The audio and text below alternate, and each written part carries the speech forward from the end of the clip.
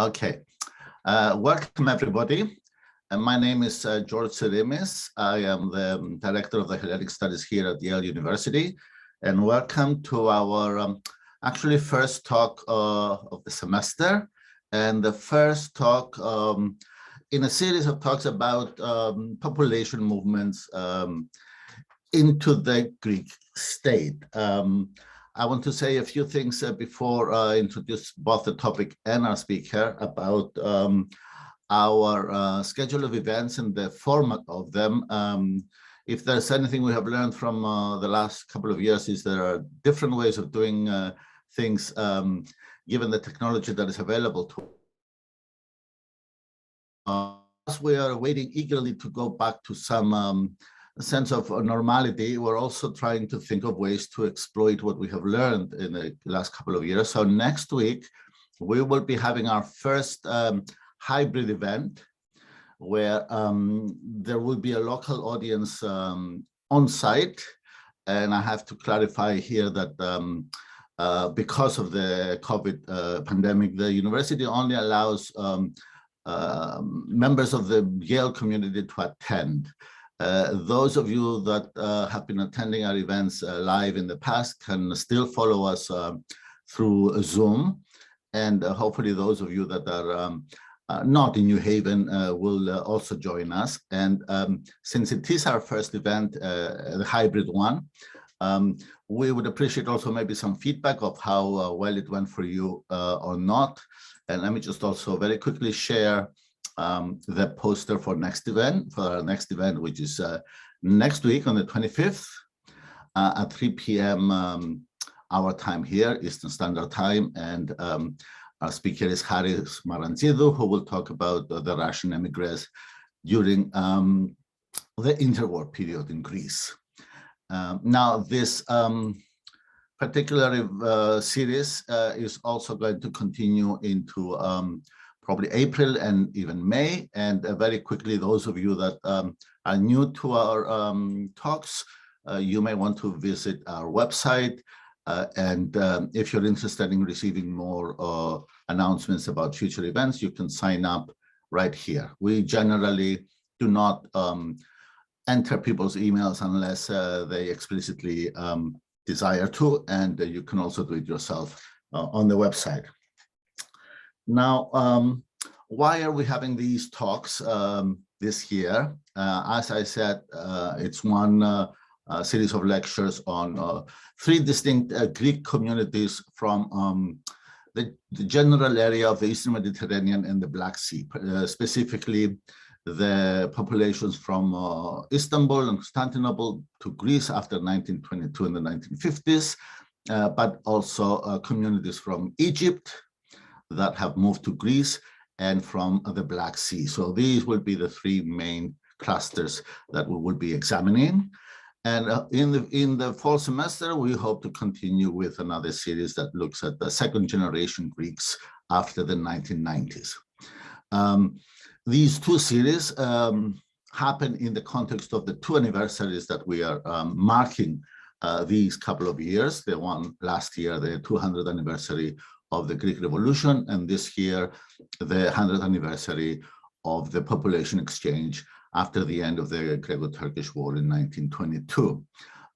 Obviously, the proximity of these two anniversaries, 1 year after the other, provokes a certain examination of their relationship, and also a time for us to kind of take stock and evaluate what has been the impact of the Greek Revolution, keeping in mind, for instance, that 1922 is understood to be the end of an ideology of irredentism that lasted throughout the end of the 19th century and into the 20th, and maybe some will even consider 1974, the invasion and occupation and the coup in Cyprus as being the last manifestation of that ideology.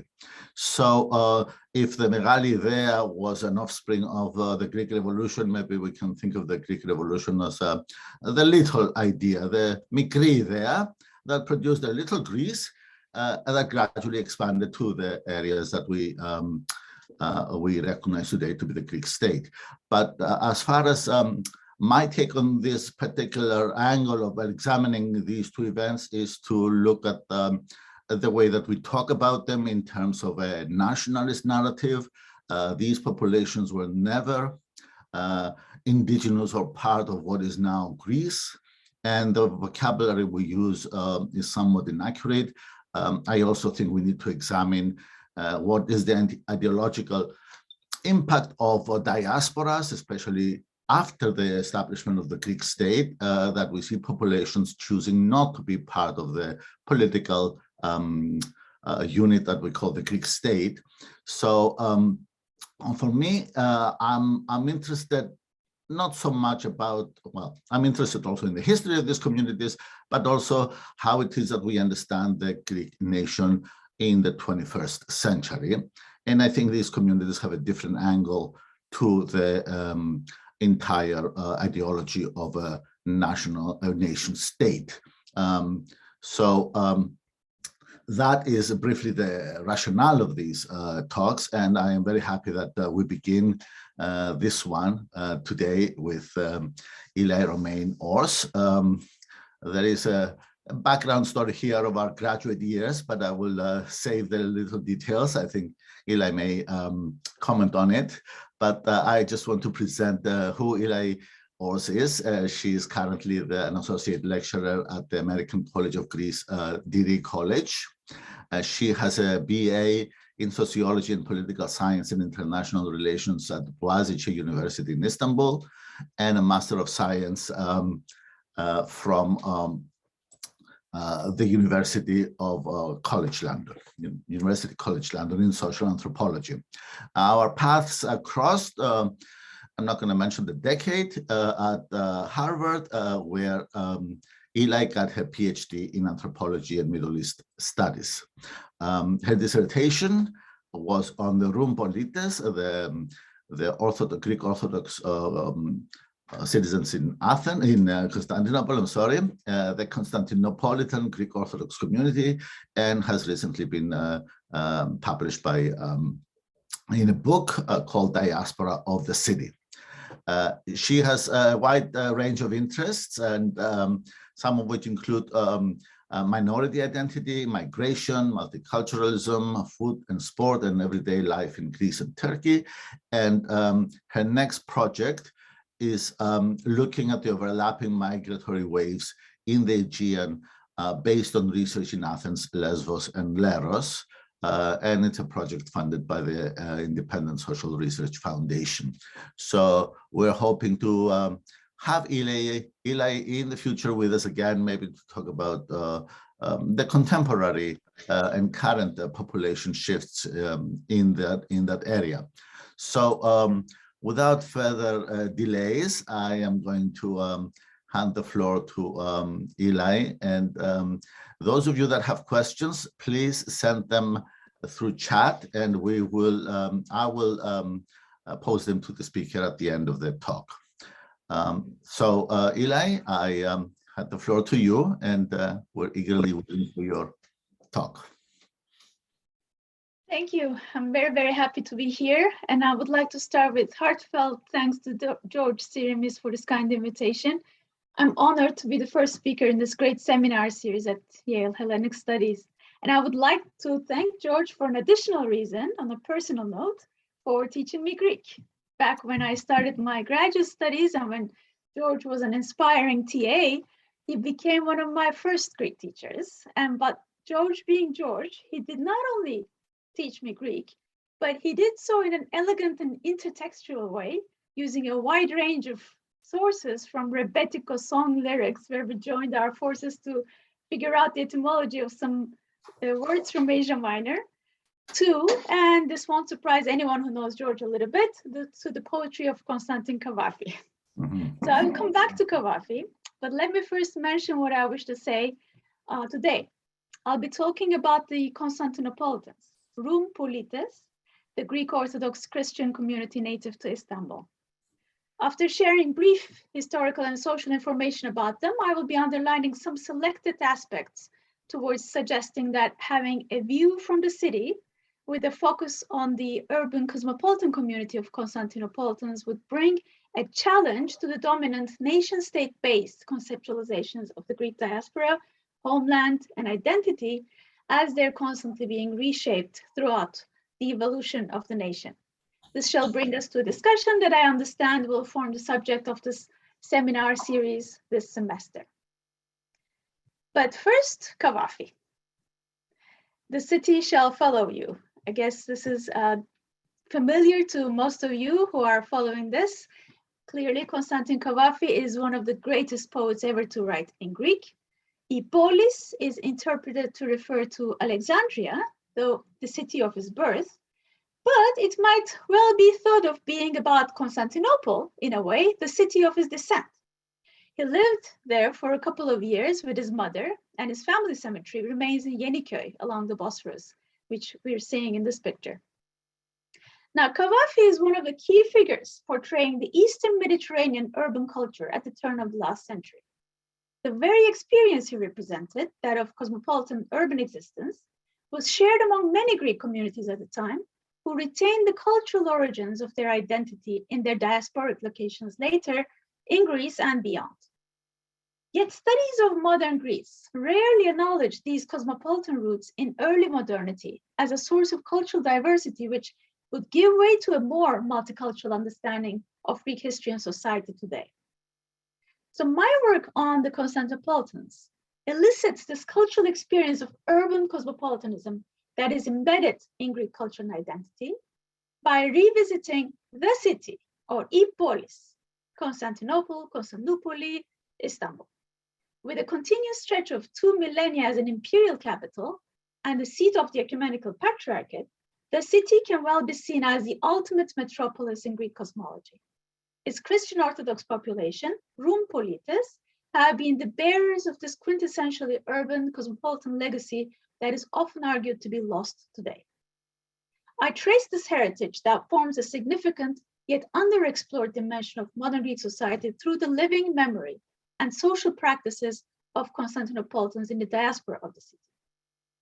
Now, let me first clarify briefly what I refer to when I say the city and the Constantinopolitans.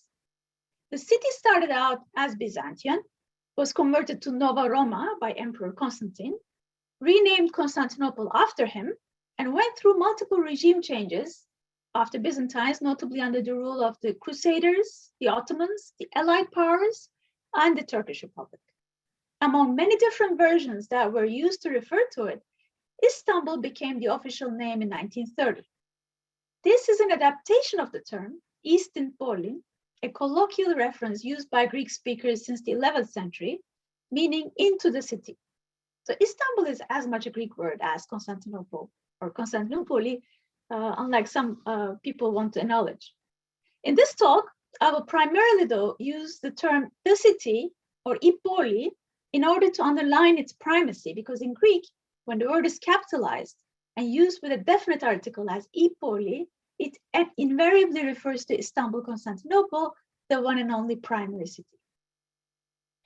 Now, regarding the use of Constantinopolitans, or as I call them, Rum Polites, ever since its foundation days as a Greek colony, Poli always housed a Greek-speaking population, and since its constitution as the ecumenical center of the Eastern Church during Roman times, the majority became Christian Orthodox. After 1453, the Greek Orthodox community continued to be called Roman or Rum in Ottoman Turkish. The Rum would become the largest and most prominent among the non-Muslim Reaya, who formed the multicultural imperial order of Millet. Most prominent from among them, among the Rum Millet, were a group of families who lived in the Golden Horn neighborhood of Fenar, known as Fenarians. These were wealthy noble families who held high positions in the service of both the Patriarchate and the palace. Later, as the city expanded, new districts were formed and new classes of Rum Polites started flourishing. One of those was Pera, where merchants and brokers helped build this European quarter with its hotels, lycées, banks, trams, operas, florists, clubs, and café patisseries that furnished the modern facade of the city. Around the turn of the century, There were many organizations also that displayed a firm commitment to the multicultural order where Rum Politis were to remain the dominant element, leading to the formulation of a cosmopolitan identity for the Rum Politis community. Despite decades of political and social upheaval, Rum Politis continued to be active, influential, and prominent members of urban society until well into the 20th century. But the ever-aggressive Turkish nationalism was to target and triumph over their cosmopolitan existence in the upcoming decades. Those who were held exempt from the forced exchange of populations were to be pressured to denounce their cultural rights ensured by the Treaty of Lausanne in the 20s, who then had their rights to practice their profession and to speak their mother tongue in public taken away in the 1930s, lost their property and businesses amidst a brutal wealth tax in the 40s, experienced terrible destructive pogroms like the Septembriana in the 50s, were expelled from the country by a governmental decree in the 60s, got harassed and intimidated in the 70s and onwards. By the end of the 20th century, from a highly visible and influential community that formed up to 25% at some point of the multicultural population living in the city, their numbers dropped to only a few thousand today, with the predominantly Muslim Turkish society of over 20 million Istanbul residents. And this is where most accounts of the Constantinopolitans usually end, citing soppy anecdotes about elderly members of the community who either struggle to maintain their shabby shops or schools amid social and political pressures, or manage to survive in the Balıklı nursing home, trapped in their memories of good old days. Rum Politis are often addressed as a disappearing minority community, so they're presented as a case study in democratic citizenship, cultural rights, even indigenous studies. I find this to be rather limiting, if not patronizing. Whether the underlying motive behind this approach may be pity or sympathy, it leads to an objectification of a group of people as being vulnerable, passive victims that demand to be saved by us, which quickly assumes the position of powerful outsiders with some moral superiority. This rather dehumanizing approach is resented by Rum Politis, of course, who find it belittling to be preserved in their words as if we were the caretta or something. So this view is not only ethically problematic, but also factually misleading because it downplays their significance within the urban society throughout their long history. I wish to argue that the Rum Politis, at home or abroad, should not be imagined as a small isolated minority community living in enclosed, ghettoized areas in the societies where they live. Casting them simply as another non-Muslim mini minority in Turkey or as Greek migrants elsewhere is not only belittling, but also wrong for taking the status of the majority as the standard or correct form of national existence, which they deviate from or form a little exception. Rum Politis are either seen as endangered minority victimized by the forces of the vulgar Turkish state or as remnants of a nostalgically remembered cosmopolitan past. I find that neither of these discourses ask much about the actual lives of the community or ask where they have left to or what they're doing there. Being critical of all these representations, I would like to bring another alternative approach here, one that defies these marginalizing discourses and puts the Constantinopolitans and their city in the center of the analytical framework. To do that, I've been engaged in ethnographic fieldwork for a long time in both Istanbul and Athens, and in the following, I will provide you with a small window into the life of the Rum Politis community. And I will start doing that with another line from another poem, followed by a brief anecdote again. This time it is a quote from probably the greatest Turkish poet ever, who said, "However and wherever we are, we must live as if we will never die." I was told that phrase in different languages on several occasions by my Rum Politis informants. A few years ago, I was reminded of that while attending an event in Istanbul. There was a presentation about the work of Kathimas Anatoli, a society composed of Rum Politis researchers based in Athens. After citing the financial and logistic difficulties they faced, they ended with an appeal saying, "We believe it is important to continue to make known our culture, our history, both in Turkey and in Greece. If you think that you can help in any way, then it's our identity." This was followed by the awarding of a prize and a brief talk by a leading figure of the Istanbul Room, who said, "The Room of Diaspora, in this case Athens, are our family members, our friends. They left Istanbul, they felt they had to leave because they were made to feel as strangers in this country, but they left their hearts behind. Now they live away from their homeland in a strange land where their hearts are not to be found. They feel themselves to be strangers again. So my answer to this appeal is this: come back to the city. Romeosini is alive in its very heart here in the city." Later, the community leader told me that he was not necessarily talking about the return migration of the same exact people who had been displaced. A group of them, after all, have never really left because they're keeping their identity as Istanbulites and they're constantly traveling back to the city in their minds and hearts. But the matter was beyond the number of people who were coming back or staying behind. What was needed, he said, to use a term that he coined, was a repatriation of hope. Επαναπατρισμός της ελπίδας. This is a strong phrase that I keep referring to because it highlights important aspects of the Room Politis. For both parts of the community, there is a shared understanding of the common fate of displacement, which translates to a common sentiment, a common cultural disposition, and a common identity by extension, based on a shared history. And there is an unquestionable sense of where patrida, homeland, is, and this is undoubtedly Poli. Now, in Istanbul today, the community may well be in its lowest demographic status, but it is not fair to designate the Room Politis as the last remnants in the final phase of their existence. Romeosini, as my informant said, is well and alive in its home city, where Constantinopolitans have a long and lasting history, as well as strong social foundations. In addition to the ecumenical patriarchate, the spiritual center of circa 300 million Orthodox Christians, and one of the oldest institutions in the world, there are various organizations that uphold their social life and the architectural, cultural, and linguistic heritage of the city. Festivals, sports events, concerts, exhibits, books, conferences, documentaries that celebrate the multicultural legacy of the community display the energetic and motivated disposition of the current generation. Room Politis interact with a larger group that got expanded through their connections, also with newcomers, such as some few hundred Greeks from Greece, who moved to Istanbul to live, study, and work, due first to the financial crisis and thanks to the Greek-Turkish rapprochement that currently slowed down but remained solid for 2 decades. These neopolites linked to the local Constantinopolitans to add new energy to the community.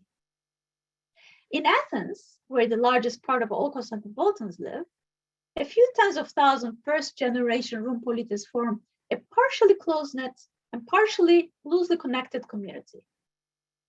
Depending on various factors, including the time and circumstances of their displacement and their social standing before and after, they display different levels of integration into Greek society. Some are still living in their memories of Istanbul, either as trauma or as nostalgia.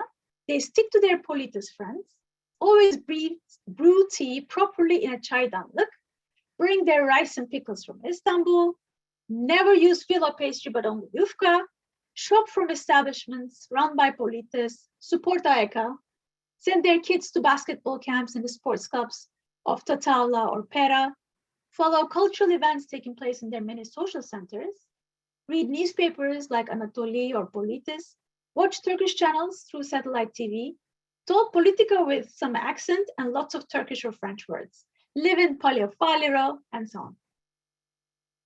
Few of them still resent the fact that they now have to live in this place with these people, which is a village full of veladitas who have no manners or politeness and certainly did not know how to eat before the Politis taught them. In the words of Cavafi, the city follows them and they know that they didn't find a place better than that. But most of them are well integrated into Greek society and are accepted socially, for they're not a minority in the conventional sense of the word. They have the same mother tongue mostly, same religion and sect, same ethnicity and descent, and mostly the same nationality with the rest of the Greeks living in Greece. This, from a nation state point of view, is no ground for discrimination. So they don't really suffer any, barring some bureaucratic and other difficulties. But what they have for being polites is a self-perceived mode of distinction from Greek society, which they bear for originating from the ultimate capital city that makes them special. This arguably forms the basis of their cultural identity as polites, which is a shared distinction across all divides within the community. What unites them is their common belief, and their homeland is poly. So when in Athens or elsewhere, they live in the diaspora of the city. Another critical question often asked about the Rum polites is regarding historical continuity. Are these Constantinopolitans really the remnants of the last Byzantines today? Whether or not there is a linear continuation between the Rum polites today, who lived in different historical eras, is highly debatable, and the question of a direct lineage with the present community is often contested, as the following story is to show. Once when I was presenting my work at a conference in a university in Istanbul, where many Ottoman and Byzantine historians were present, they laughed at the suggestion of such a linear connection. Most citizens of Constantinople were either dispersed, killed, or enslaved during the conquest or fall, they said, and any trace of Byzantine family links had disappeared by the 16th century. Current polites have a variety in their heritage, with origins from the Aegean Islands, Asia Minor, or the Levant. But when I gave another seminar in Istanbul a while later, to a more diverse audience, a young woman raised her hand and said, "I do not know what kind of historians you're referring to, but they're all wrong. We are from the Byzantines, because we always lived here. We did not come from anywhere else." Who am I to argue with that? Historians may be more preoccupied with establishing the factual accuracy of these claims, yet to me, this is not what we should learn about Rum polites. Too many years passed, and it would be impossible to think that the community stayed unaltered in the meantime. But rather than trying to establish exactly how they changed, I find it more meaningful to understand how the heritage of a glorious past bears its weight on the present, and how the living communal memory shapes the current processes of identity formation among the Rum polites.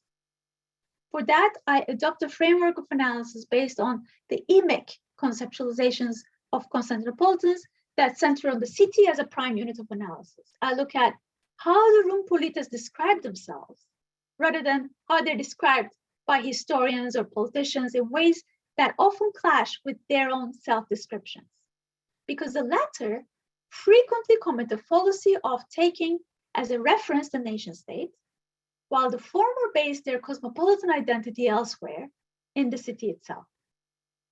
I further argue that Constantinopolitans are but one cosmopolitan group that escapes the focus of primarily nation-based analyses, and in offering a perspective with a view from the city, it further becomes possible to revisit and challenge some of the nationalist presumptions forming these mainstream approaches. So how can we make sense of all this? What can we learn from Constantinopolitans? There are many ways, of course, but I will be addressing two sets of issues today, namely the link between identity and the city on the one hand, and the notions of homeland and diaspora on the other, looking at how a focus on the cosmopolitan Constantinopolitans may bring another perspective to tackling these, and how that may open up further discussion in Greek studies or beyond.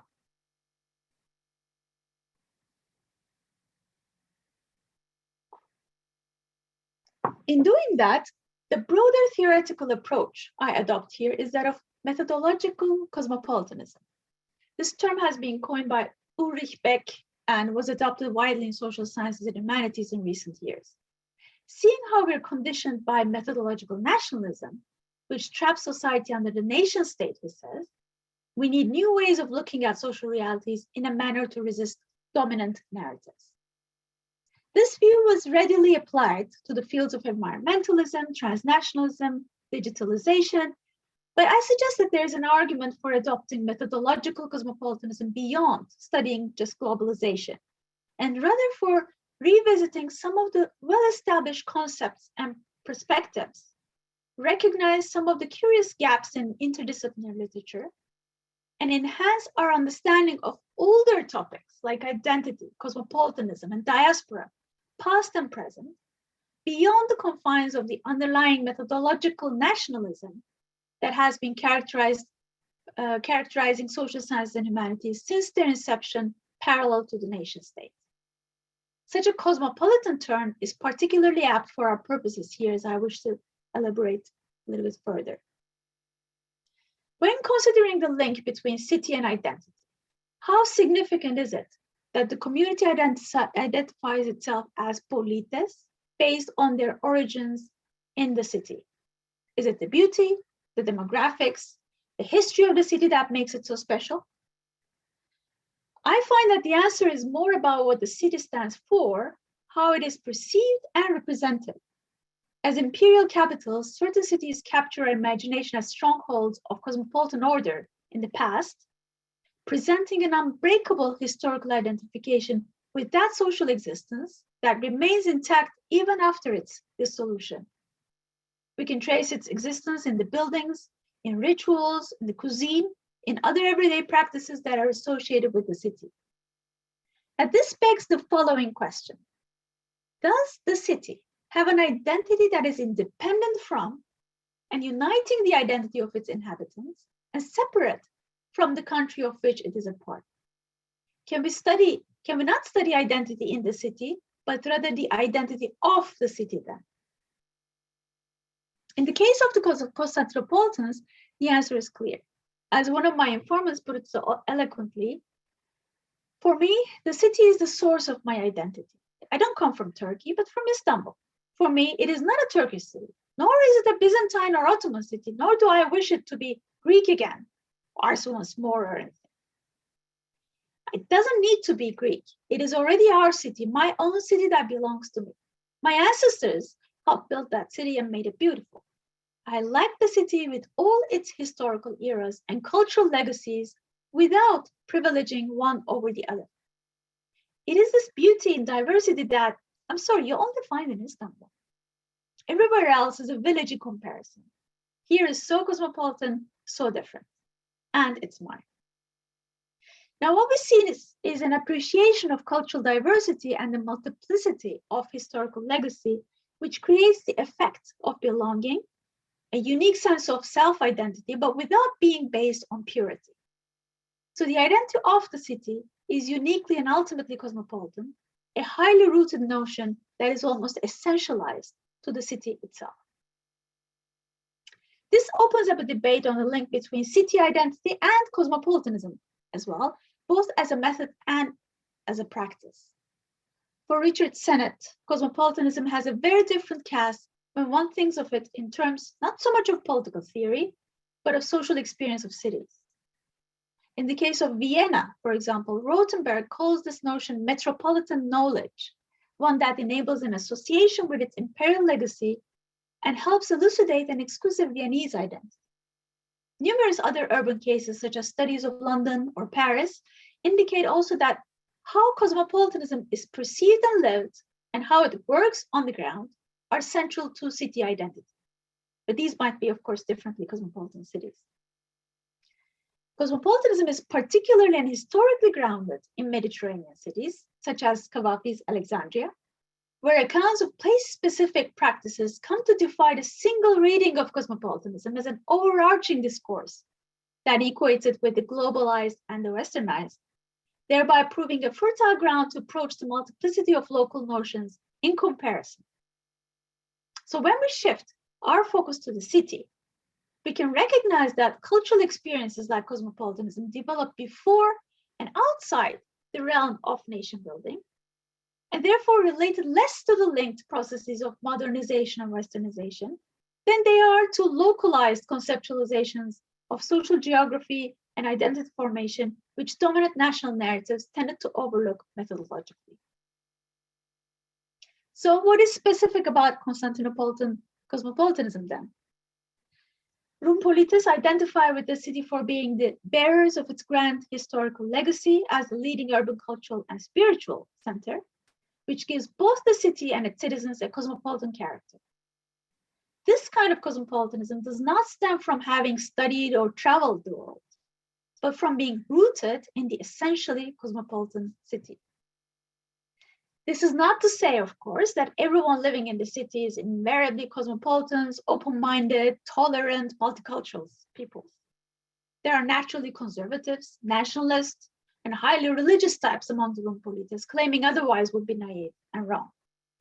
They can well have their prejudices about others as well-established ethnic stereotypes, so they can tell humorous stories about Armenians, Jews, Turks, Kurds, and Levantines, as well as display their rather discriminatory attitudes about various parts of their own Orthodox community, including Ibriotes, Antiochians, Pontians, Helladites, even those living in different neighborhoods of the city, like on the Asian side or something. The idea of cosmopolitanism, however, does not preclude these modes of differentiation. On the contrary, these are adding to their internal diversity. Constantinopolitan style of cosmopolitanism is rather a notion that enables Rumpolites to take this social diversity as a given, know how to live with cultural difference, have knowledge about the other, about the city, thus possess cosmopolitan knowledge. It is a way of attributing the cosmopolitan condition to the city itself, making it the identity of the city, and belonging to the city through the primacy of this cosmopolitan identity, which is common to all Istanbulites, despite their religious, ethnic, and other differences. Now, this is a concept that I call exclusive diversity, which on the one hand underlines a mutual commitment to cultural multiplicity, but at the same time casts this as a unique feature related to being from Poli, an exclusive dimension that is a source of cultural distinction that works to differentiate them from others who are not from the city. So in a seemingly contradictory way, this essentialized cosmopolitanism associated with Poli allows the formulation of an exclusivist identity that works to delineate the community from those people like Helladites, while it may well include current Istanbulites who may not be of Rum origin at all. The ultimate local connection is thereby reserved to the city, which remains a mere confirmation of the cosmopolitan identity of the community. Now, I just want to insert a disclaimer that I'm certainly considering the class dimension here, which is often ignored in such studies.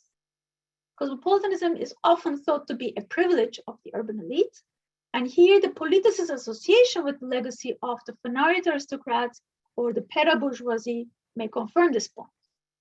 But clearly not everyone was prosperous and prominent in Istanbul society. Many had a poorer, simpler standing as working or lower middle classes then, and many had lost whatever little they had upon forced displacement and had to start anew in Athens. One story I have is about a famous restaurateur who was probably wining and dining the societe in the city, who I was told had to sell souvlaki on the street in central Athens. Can you believe it? It is the most painful thing for a Constantinopolitan, I was told by my informant. Çok acı bir şeydi İstanbul için. But as in many such cases of migration, the discourse of we were really well off back then, but everything was taken away from us is an important way of preserving self-dignity too. And they would also say that most people managed to rebuild their lives, despite all difficulties of working with these Hellenics, thanks to their knowledge of professional excellence in whatever they do, due to being from the city, a place that had the best version of everything. So the class argument is a little more complex here, and we need to consider it not only based on economic means, but also on what Bourdieu calls cultural capital that contributes to the politis identity as a matter of distinction. Here I think of another story of a man who was in his 20s when he moved to Athens and started dating the daughter of a very wealthy Athenian family. I was poor, he said, had nothing to offer, and this was a family very concerned about their class position, reputation, and everything. They would never let their girl marry lower. But with me, they had no objection because I was from Istanbul. Me being Constantinopolitan was a source of prestige for them, and they did not care that I was poor. So we got married, But then a few years later, we got a divorce. You know, it was difficult. We do have our cultural differences with these Helladic. Now, what is being highlighted here again is the difference between Polites and Helladites, is that they did not have that cosmopolitan knowledge, the knowledge and appreciation of the other. The ultimate example of this was encountered by them when some were asked about whether the Rum Polites were baptized or spoke Greek at home. Forget the others, these don't even know about their own self. They say. And they ask, what kind of Greek does not know about his own religion, his own patriarchy, being in the city? And how dare they ask us about our religion? What kind of Greekness is this?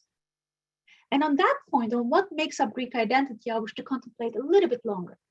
Both the Polites and the Helladites share a common identity of Greekness based on common religion, descent, language, ethnicity, and sometimes nationality. It is therefore that they're considered an homogeneous community, homogeneous with the other Greeks elsewhere. From the point of view of the Greek state, they are part of the Greek nation abroad as unredeemed Greeks who would have an easier path of becoming full Greek citizens, for example.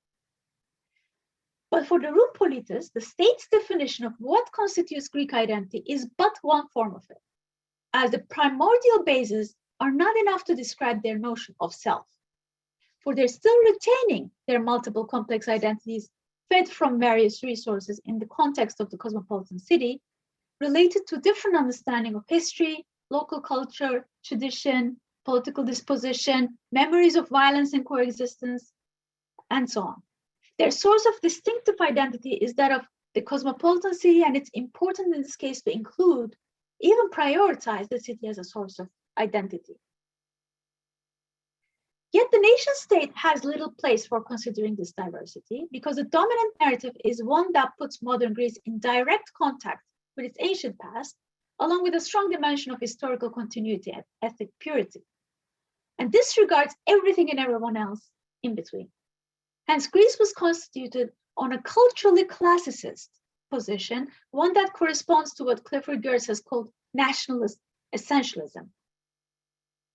From the many debates regarding what should be defined as Greekness, a debate where many Constantinopolitans have participated, what triumphed was a clean-cut unity of the Hellenes, where minorities remained unacknowledged and the Greeks from abroad unredeemed. The marble-like Hellenic image of Greek identity was the core, while the latter got marginalized as its imperfect Romaic counterpart. Analysis of Greek culture and identity are brought up this duality of Hellenic Romaic or Hellenismos Romeosini division as a matter of internal dilemma, marking the process of modernization and Europeanization of Greece. Hellenism was privileged for being considered more prestigious in the eyes of Westerners and higher in the global hierarchy of value. So Romaic features were to be suppressed for being less than ideal, backward, out of place, and polluting the purity of a totalized rubric of Hellenic identity. Obviously, here I refer particularly to the work of anthropologist Michael Hertzfeld, who has given us all these terms to think with, by the way, who's now an honorary Greek citizen as well, looking at this Janus-faced character of Greekness, not as dichotomy, so much as a dyssemia, a dual meaning that acknowledges not only the ancient classical, but also the more familiar dimensions of the recent past, and shows that even though the state or the West may cast the latter as marginal, exotic, oriental, they might be embraced as cultural intimacy, constituting the very soul of Greekness as well. It's that soul that gets tickled when listening to a rebettical song, for example. The duality between Helladites and Polites does appear to replicate this division between Hellenic and Romaic parts of Greek identity, but with an important twist. Constantinopolitans are not simply Romeo-Megenistis polis, in the sense of Oriental Greeks outside and marginal to Hellas Greece. They are the Rum Polites, the very bearers of those resources that define Greekness. For the city in question is Constantinople, both the imperial and the religious capital, which should not in no way be thought of as marginal to or outside of anything Greek. Instead, it is the very source and center of Greek cosmology. That the relatively recently founded Greek state does not include the city within its boundaries does not make neither Constantinople nor the Constantinopolitans less than Greek. Being Constantinopolitan is being especially Greek or special kind of Greek, one that takes the definition of Greekness from multiple sources than the narrowly defined version of the nation state. So asking the Rum politis if they're baptized or is as absurd as if asking the if the patriarch is Greek or is the Pope Catholic or something. So this brings to the point, to the fallacy of methodological nationalism and what a view from the city can add to our analysis. It has been noted that narratives of ethnic purity and historical continuity of the nation have tended to de-emphasize the cultural diversity in Greek society. It can be further argued that a shift from the nation to the city may remedy this fallacy, which rendered many cultural formations into the nationalist cracks and caused them to be ignored or misrepresented, or even worse, forced into limiting categories that formed artificial binary opposites, such as Hellenic Romaic, West East, us, them, hero, traitor, or Greek and Turk, etc. The city offers conceptual room for more diversity, more creative combinations, and coexistence of many more cultural forms than what has been allowed by nation states. In advocating a theoretical shift from the nation to the city, as both a point of reference and a unit of analysis, I also suggest to highlight its adaptability to the field of Greek studies. For the city has been, in the long durée of Greek history, either as city-state, a port city, or as an imperial capital, the dominant form of social and political organization that bore more fruit to what we can call Greek culture, widely surpassing the nation-state of the last 2 centuries by a few thousands of years. This is not to argue for a demise of the nation or the disappearance of the national unit at all. Neither is it prioritizing the city to say that rural populations are to be excluded or non-metropolitan localities are not worth studying. They surely are, but differently than how they have thus far been studied as microcosms or prototypes of nations. When the nationalist bias is removed from our gaze, an uninhibited area of diversity or multiplicity is revealed, which forms the repertoire of what people in the pre-national world would flexibly mold their identity, their belonging and allegiances that reflected the needs and trends in the local social political context. In the case of Constantinopolitans, this was or is the city, the quintessential place to observe this type of cosmopolitan condition.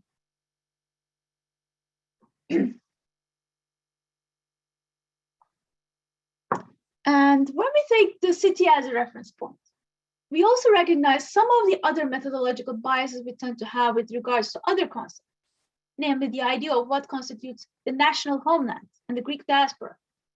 The view from the city would challenge the customary use of the concept diaspora, an ancient term that means dispersed. Yet in modern times, the source of dispersion is often assumed to be a country. Thus, the Greek diaspora is thought of as being composed of Greeks outside today's Greece, disregarding the fact that their history long predates the nation state. Furthermore, their migration to Greece is coded as an act of repatriation or return to homeland. This idea is fed from a nationalist methodological policy of conflating primordial categories and thinking of all Greeks as if they're a monolithic entity originating from the same source. But there needs to be a differentiation between the Greek diaspora formed by those who left Greece in the 1960s for economic opportunities, such as the Gastarbeiter in Germany or Greeks in the USA or Australia, and those such as the Asia Minor refugees, Karamanlides, Pontiacs, Alexandrian Greeks, or the Constantinopolitans who have never lived in Greece before.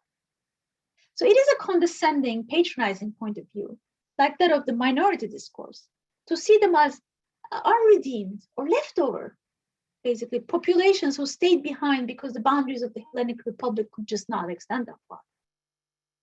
Constantinopolitans are one such community that is cast to be diasporic in their hometown or have repatriated upon their migration to Greece. Yet they disagree with this as their point of reference is not the nation state, but the city. However nationalistic or patriotic they might feel at a personal level, that their millennial hometown happened to remain outside the bounds of the recently formed nation state, which fail to acknowledge their glorious legacy and cosmopolitan existence, is after all not their problem. It is the shortcoming of the nation state. For states make decisions when imagining the nation regarding what to include and what to exclude, but then construct the national's ideology such that these decisions seem self-evident and natural, to the extent of these limitations not being questioned or even studied. This applies even more so to Turkish nationalism, which is built on the premise that the nation should be a homogeneous entity composed of the Turkish Muslim element, and all cosmopolitan formations are to be eliminated. So shifting our focus from nation to the city, therefore, would enhance our attempts to challenge such vulgar nationalism towards exposing their assumptions that were naturalized long ago.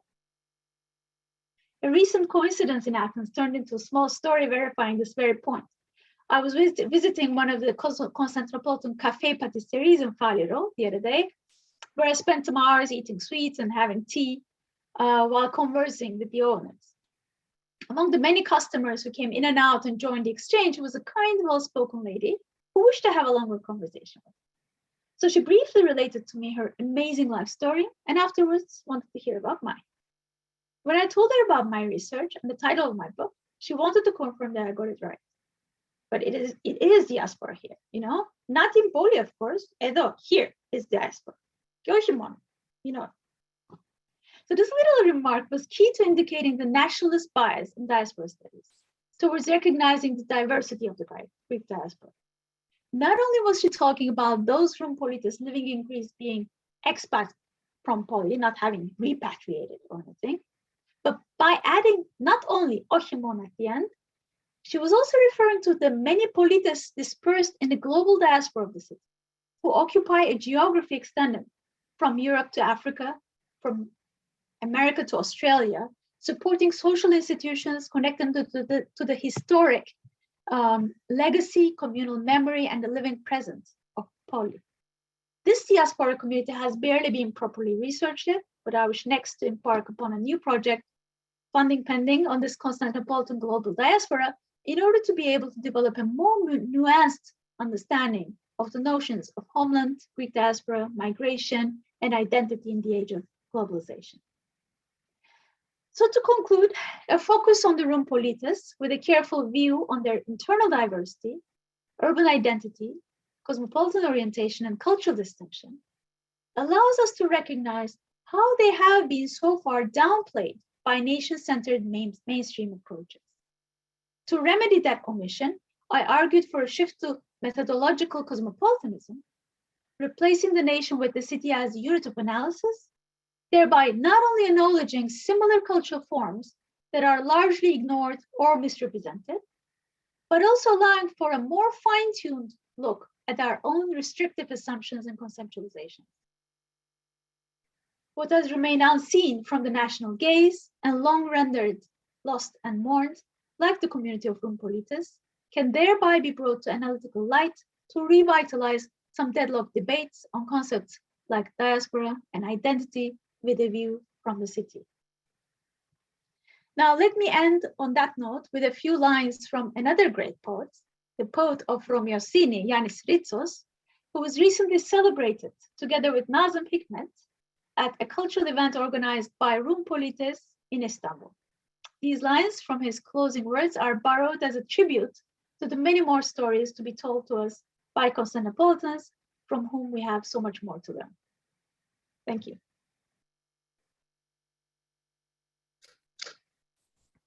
Great, thank you, Ilai. There are a couple of questions and a long comment in the chat section, but I will maybe read the first one for you. This comes from C.K. Pensoy. In your research, did you find that their identity as Istanbul Greek actually lasts beyond the first generation that emigrated, or is this a distinction that is used primarily by the first generations? So, and to kind of add to this, my impression is that the maybe second and third generation Istanbulis will not offer that identity on at first encounter. It would be something that would be mentioned once one starts talking about your, where you come from, were you born there, that kind of thing, especially in Athens, since a lot of the population there has come from other parts of Greece, but not only of Greece, obviously from other parts of the proximate world of the Black Sea and the Eastern Mediterranean. So the question is, does this identity, has this identity traveled through the generations to the present? It's a good question. Of course, I do have the bias because my research has focused on first generation Istanbulites, meaning, how do you differentiate Constantinopolitans within the Athenian society? One criterion that was adopted is, they were born and partially bred in Istanbul to some extent. They are very vibrant community, and they do keep passing it on. But the next generation, the second generation, is not as connected to the city, of course. That is going away. But I see, in sometimes in migration studies, there is that this first generation migrates, the second generation adapts, and the third generation goes back to the roots. So there is a young emerging third generation, I would think, or those people who were much younger when they migrated. They keep revitalizing these connections to the Istanbul community as well. So I do see and there are people who just move back to Istanbul, live there, small numbers, but that is also happening. So there is room for more hope. No, I think you can detect this revival, let's say, of the identity since the mid-90s. You see it in music, a lot of collaborations. You see it in film. You see it in the production of other kinds of cultural expressions. Even in literature, you see it. So there is a resurgence. It may not be the same. Well, probably could never be the same as the first generation or the second. So at least there is an evolving identity there. I would like to ask those of you that have questions to pose them succinctly and briefly, because I do not have time to read the entire commentary there and in search of a question. So I do appreciate the comments, but it's hard for me to detect the question sometimes if your message is long. So I'll go to one that is a little bit more succinct here. This comes from Paris Aslanidis. And his question is, so in this sense, I guess of your argument for cosmopolitanism, can you see the modern Greek nation state as a successful case of a multicultural melting pot where people with little in common, Pontians, Vlachs, Cretans, Constantinopolitans, Alexandrias, Karamanides, etc., were made to feel as part of the same nation? So the question Paris is asking, has there been a successful integration, a process? I'm not calling it a policy, but has there been this integration that has maybe flattened the diversity of these communities as they became more Helladic Greeks, let's say? The definition of success would emerge from how we want to look at the strategy. Obviously, the nation state strategy in this case, in the case of Greece, also on Turkey and many other nation states, has been to create a more homogenized national culture, which is a certain standard of identity to which the majority had to conform to. So it has been the official line of the nation states to say, well, we have no minorities. A few Muslims up there in the north, but other than that, also not even the Catholics or Jews were properly acknowledged until very recently, I think. So Greece did not try to posit itself as a multicultural nation, and actually hardly any post-Ottoman or any nation state did that, except for maybe Lebanon. So in that sense, in terms of reaching its goals, they might view themselves as being successful in that regard. But the cultural reality is much more diverse than it is being projected to the West or to any other significant others under this Hellenic image. So right now, Athens is much more multicultural. We don't even realize how many migrant groups have come and settled down not only Constantinopolitans, but from Turkey, lots of different groups are coming in, actually adding on to this vibrant community one way or another, which is not something we will see from a nation state perspective. So from that point of view, it might be a fallacy. Migration is a problem to be eliminated from that perspective. But if you look at the city, let's say in that case, Athens, we will see a much more cultural diverse situation. Yes, since I am myself part of a community of Greek speakers, at least that has not grown up in Greece, my reaction to maybe Paris's question is, when is this, let's call it, I don't want to call it secondary identity, but embedded identity expressed? And my suspicion would be, to what extent has the language that these populations with them is brought into their everyday lives? I'm guessing most people speak the same idiom, maybe censoring themselves when it comes to Turkish words that also exist in Greek forms. I know, for example, that the Turkish in the standard Greek language is different from the Turkish in the Cypriot dialect. And occasionally I do not understand the Turkish words of the standard Greek because we don't have them in Cyprus. But I think maybe the accent Paris is one of the distinguishing features of populations. And once you lose the accent, you can become invisible unless you probe and ask more. So maybe these identities kind of are crypto identities to some degree. But I want to go to the next question before we can discuss this a little bit longer. This comes from Eftihia Frango.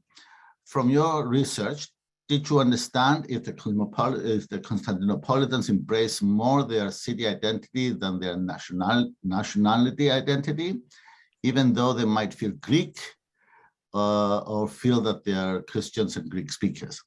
Or maybe another way to pose the same question is, when do they assert the difference, and when do they choose to pass as your general homogenized Greek, rather than do they feel more of this or more of that? Are there moments when they assert one identity over the other? If I understand the question correctly, I think I tried to bring that up, so let me rephrase it in one way or another. They're not, of course, I'm talking about Constantinopolitans without wanting to homogenize the group itself. So I don't want to commit the same fallacy, clearly. And I try to allude to some of the internal diversity, of which there is a lot, which they embrace and they understand. So there is a lot of points of differentiation. But they would not accept being called less than Greek, or weirdly Greek, or Greek something, whatever, or Greek Turk or something like that. So these are not the kinds of self-descriptions they would use. The thing is, an additional and sometimes upper form of identity, a higher form of identity, is that of polites, because even if some of these characteristics might be different of whatever constitutes Greekness, right? So it can be a different ethnic background. It can be a different mother tongue. So Karamanlides, for example, or Pontiacs, they speak almost a different language. Some is there. And so, or any other kinds of forms, that they would still be united under the rubric of the polites identity. So it's a much more inclusive identity. Therefore, the nationality might very likely fall underneath that, which is different than saying, well, I'm Greek, but I come from, I don't know, Kalamata, which is a bit more localized identity within the national rubric. Here, I think it's a little bit reversed, in the sense that polites is a more all-encompassing identity, and definitely including the national identity. But even though their citizenship might be different too. So many of the first generations today would be Turkish citizens, because the ones who were Greek were expelled, and the Greek citizens were expelled in mid-60s. So the later comers are usually Turkish citizen, but they would have different parameters depending on their mode of or time of migration as well. So it does vary, but it's important to me that there is a more broader identity, that of the politis identity, that is bound to the city itself. Okay, great, thank you. The next question, okay, you're an anthropologist, but we will ask you a cultural question. And I ask for forgiveness if I mispronounce any names here, because my knowledge of Turkish is less than elementary. So Nurshan Sak is posing the question of whether you see this multiculturality in contemporary Greek culture, in cinema or music, or any other expression that we might notice in the last 3 decades, I would say. Yeah, happily. That's something that I wanted to add to what you have mentioned about music and literature as well. When they first started concentrating in Athens, room politis have developed lots of different cultural forms of self-expression. But those were memoirs and studies and books, etc. And they were mostly printed by the community for the community, right? So and they were usually in Greek, but they would have like a huge glossary down below saying, just lots of footnotes explaining to non-Istanbulites what those words are, what the context might be. So it was a very, community literature from that point of view. Except for Loxandra, which is an exception of the 60s, there are no cultural works that made it to the sort of national scenery in Greece as such. So it was more self-contained. And that remained so, and I would say until 2004, when Politica Cuisina came out. So it was this movie, which of course came together with some other studies of Politica Cuisina, of the cuisine of Istanbul room. Some cookbooks had come up of that, but social historical studies as well. With the movie, it reached this popular recognition on a national level. And then onwards, we saw many more publications of books and stories, cultural events being followed by Helladites, Greeks of Greece in general. So there is a lot of production, also cinematographic production in the form of Greek-Turkish collaboration sometimes. So there is much more visibility of the community as well. So that adds to the point of the first generation moving on to the second generation and the third generation rediscovering, and it's just a novelty to cast yourself as a cosmopolitan with your cosmopolitan identity now. If I may add to that comment, Eli, I would trace the kind of resurgence of the recognition of the Ottoman part, at least, also to perhaps Galanakis' book, The Life and Times of Ferik Pasha. Which is a great book. Yes, right. So I think it was early 90s and probably the sort of groundbreaking novel on this topic. And after that, a much longer text by Maro Duka, Athoi και Φτέχτες, that traces the return of a Turkish man in London whose ancestors left Crete during the exchange of population and returns to. So there have been others, and of course in music, excluding Helvetica, we've had collaborations since the 1970s, particularly with Faraduri and Livaneli. So there was a precedent, and we can even look at the kind of opening of the borders in the in the 90s with the rest of the Balkan countries, and a kind of rediscovery of a Balkan past. I'm thinking even of films and the music of Time of the Gypsies. That was a big success, both in the original but also in the Proto-Psalti version. So I think in terms of culture, the culture has always been kind of conscious and aware of it. I mean, we can also look back to maybe some of the canonical albums of the early 70s by Dalaras and Alexiou, Mikrasia and Vizadini Esperini. So at least I think in cinema and music, that facet of the identity is well covered. And I want to also maybe suggest that we should be looking at the expressions of these collaborations outside Turkey and Greece. I'm thinking here of the movies of Akin that he makes in Germany, and which I think at least two of them have Greek collaborators and Greek characters and Greek sometimes music. So I think this rediscovery is also happening beyond the two countries, and that we should not forget about that as well. Also in Cyprus, we have at least since the opening of the borders in 2004, quite a different type of interaction. In fact, we have interaction when in fact we didn't have any before. So it's a much more complex phenomenon than simply between the two countries there. So another question from Kenan Cruz, Chile. Again, apologies if I'm mispronouncing the last name. I am curious about the integration of Neapolitans, as you refer to them, within the wider Rum community of Istanbul today. Are Greek citizens who have relocated in the city permitted by the Turkish state to send their children to Rum schools, for instance? So yes, we're talking about Greek citizens that moved to Istanbul today.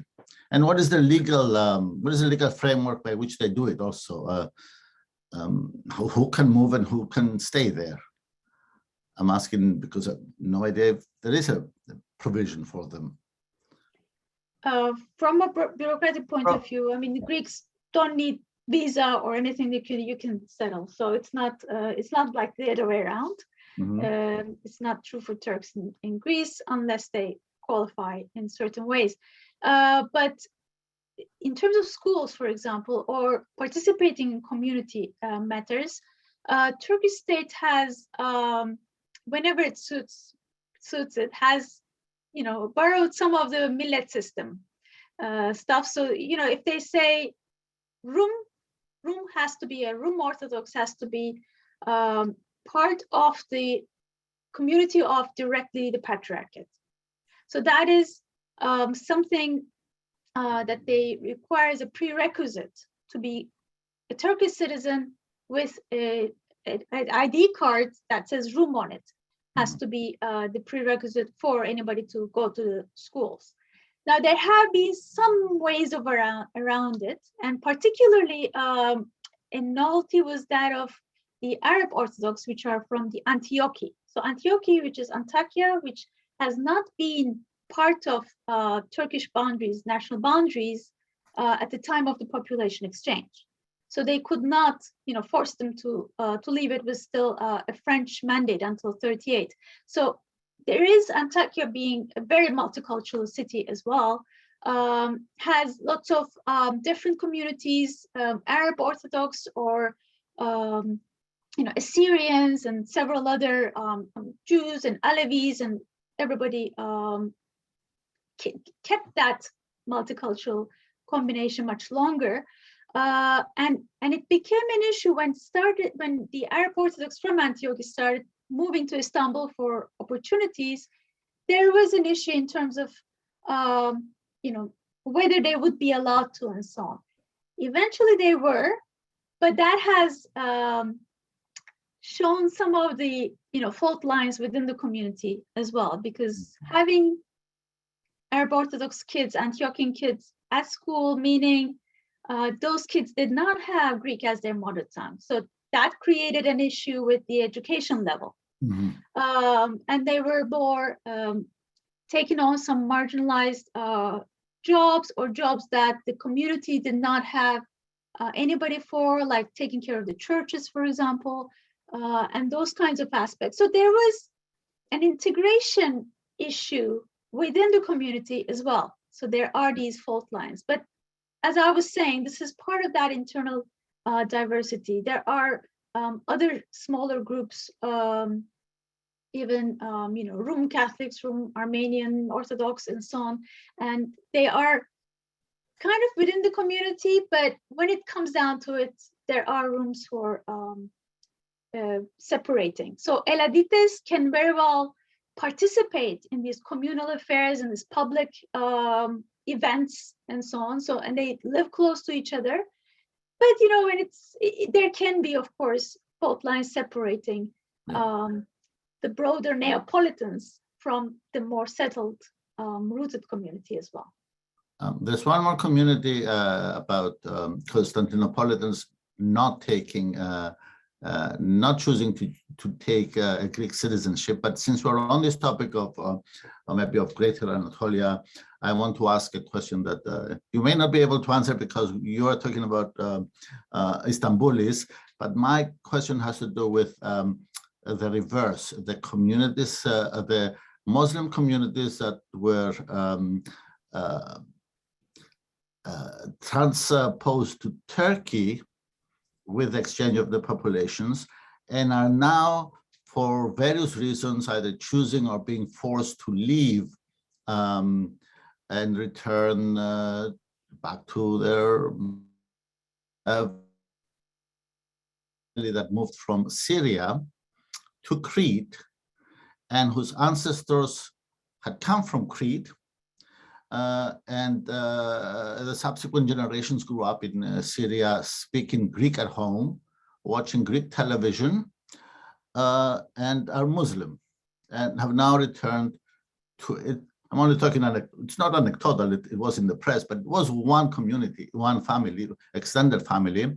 But it does raise this question also of whether there has been an opposite and related movement of Turks or Turkish citizens with a Greek past, either their families or not, or people even like you that have moved casually to Greece, right? Whether there's also that movement that remains unexplored. We know very little of what happened to the population, to the Muslim populations that moved to Turkey after 1922, partly because, you know, there were a smaller community within a much bigger Turkish population, as opposed to the Orthodox, who were quite a significant addition to the population of Greece. But is there a kind of, at least an understanding that we need to look at these people and see what the movements have been, people who come from Turkey to Greece now, including, you know, people like you that are scholars, but also people with a certain past that may have had a connection with the Greek lands of today? I wouldn't say there is a movement. I mean, it's a very good question. And together with your Syrian, you know, Cypriot story, Cretan story, sorry. Cretan, yeah. We see how many formations of cosmopolitan source we discover when we just lift this whole Greek-Turkish division. So there are many different forms of, definitely we're studying, and we have totally escaped our attention for obvious methodological reasons. With the part of the population exchanged who was displaced from Greece to Turkey, for neither of those parts, by the way, there is a right to go back and claim what they had. So they made sure of that is not, this repatriation is not possible legally or politically. So that is not there. I mean, in terms of a movement, I would say it's more of a, again, anecdotal, a sentimental thing. You will find people with, let's say, heritage from some Balkans or the Greek or non-Greek Balkan places, and they would just feel an affinity and attachment to those lands, and they would be third, fourth generations, and sometimes they would hear from their grandparents some stories, maybe some pictures. There would be some people saying, well, we used to have land or property there. I know some people trying to reestablish those kinds of titles, Yes. land as well. I wouldn't call it as a major movement. They have not been able to accomplish, but now there is a certain, let's say, a brain drain, a sort of out of migration out of Turkey now. And I know some people were trying to, well, we have ancestry from Greece. Can we just not go get our citizenship? So people are trying along those lines, being conscious of their roots, family roots as well. But I wouldn't, go far to say, well, so many people are coming because of that. I would say that's just an additional factor to feel the kind of cultural affinity to reestablish links to those sort of lost homelands. Maybe that would be your next project, Eli, to look at, let's say, the Muslim communities that left Crete and settled in Smyrna, for instance, and in what way? I believe, sorry, yes. So how do they retain, if they do, and I'm guessing they do, a certain continuity in their identities? There is a question here about cosmopolitans who moved to Greece and have lived in Greece for decades and have and insist on not taking Greek citizenship. And the audience member, I'm not sure if that's a name or a handle, is asking what is their motive for doing so. And probably that would be the penultimate question, because I have a question about the uses of the term cosmopolitan in kind of a more theoretical frame. But let's see if there's an answer to this question. Why do they choose not to get Greek citizenship? And it's unclear if this question is about Constantinopolitans of some Greek background or of Constantinopolitans. Well, I'm guessing it is only of Greek background, because Turkish citizens probably do not have such a right anyway. So why do they choose not to take Greek citizenship? There are many reasons. Many things have happened. So there is an unspoken but actually officially observed policy between both Greece and Turkey not to give out citizenship to their respective minorities, and they always think of it as exchange it respectively, which is actually totally wrong legally and ethically and everything. But it's like, you do this to ours, I do this to yours kind of situation. So to maintain the status quo of, we have so many people in that country and we have to observe their rights, so to leave the numbers intact, they observe the policy of not extending citizenship, even if their descent allows them to do so. So I know many people who were applying for 20 years, 30 years, they wouldn't get the citizenship, and they would have lots of problems because they would not be able to renew their Turkish passports, and some of them stayed stateless for a while and so on. So bureaucratic difficulties are often cited, especially in earlier years. Recently, that has been surpassed. One major difficulty with that was the military service. So, Turkish citizens who lived in Greece were very scared of going to Turkey because they would think that they would be back to. But I know some people who had their sons, well, they themselves were Turkish citizens. They passed it on to their sons. And I said, you have a son. Are you not going to take Greek citizenship for them? What's going to happen? Well, it's much better. He can go to Turkey and get to know his country a little bit, So there is a little bit of, this is part of what defines us. This is our speciality. We keep our Turkish identity, and they keep having that for reasons of because this is part of their politis identity in a way. So there are other complications or several factors that are being observed, but more or less this is the answer, I think. Okay, maybe the last question, I guess I will pose it. Cosmopolitanism is a term that is often posed as some kind of a resistance to a national narrative, right? And since you began with Cavafi, of course, because Cavafi is being touted as the cosmopolitan poet par excellence for the Greeks. But if you read his poetry, his cosmopolitan is almost always hiding or covering some sense of Hellenic dominance in these parts of the world that we read as cosmopolitan.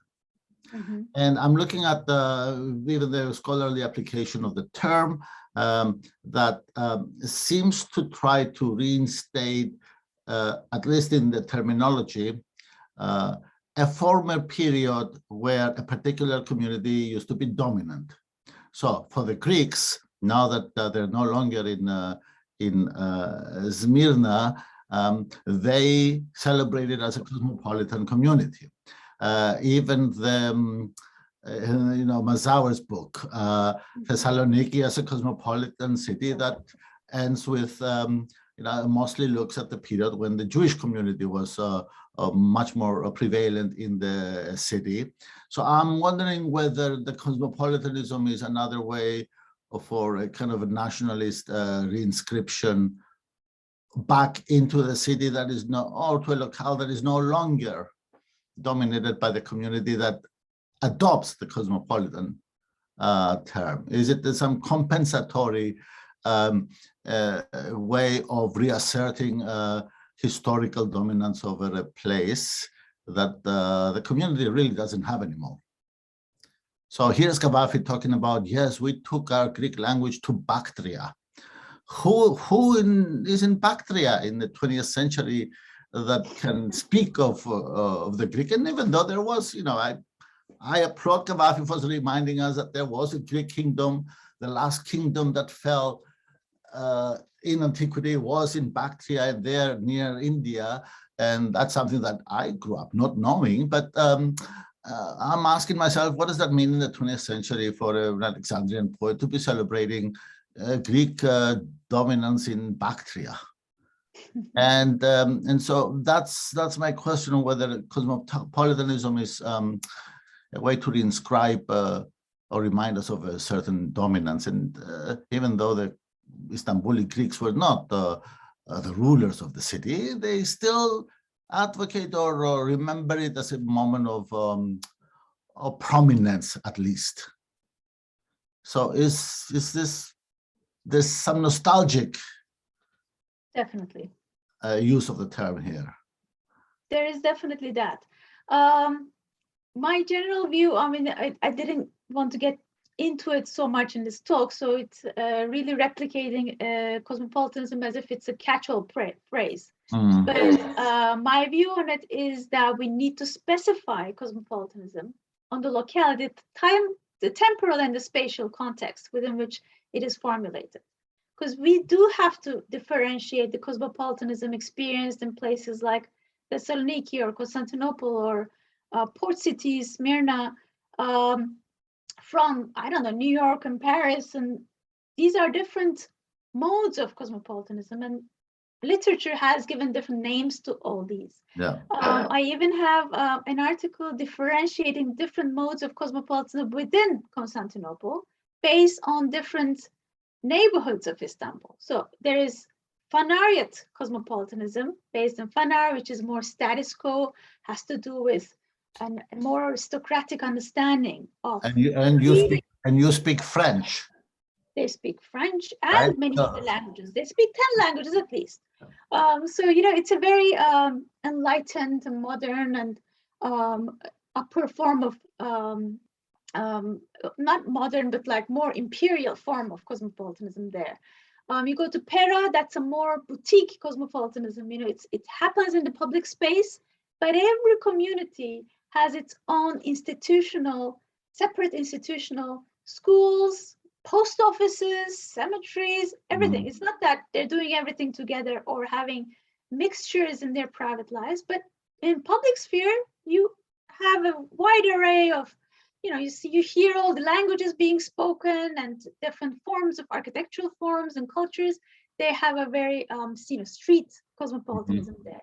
You go to a place like Tatavla, again in the city, which is almost quintessentially, entirely Greek until a certain point. Afterwards, some Armenians start coming in, but by a sultan's decree, it was designated a Greek neighborhood. So, and that's where Loxandra has actually started, the story.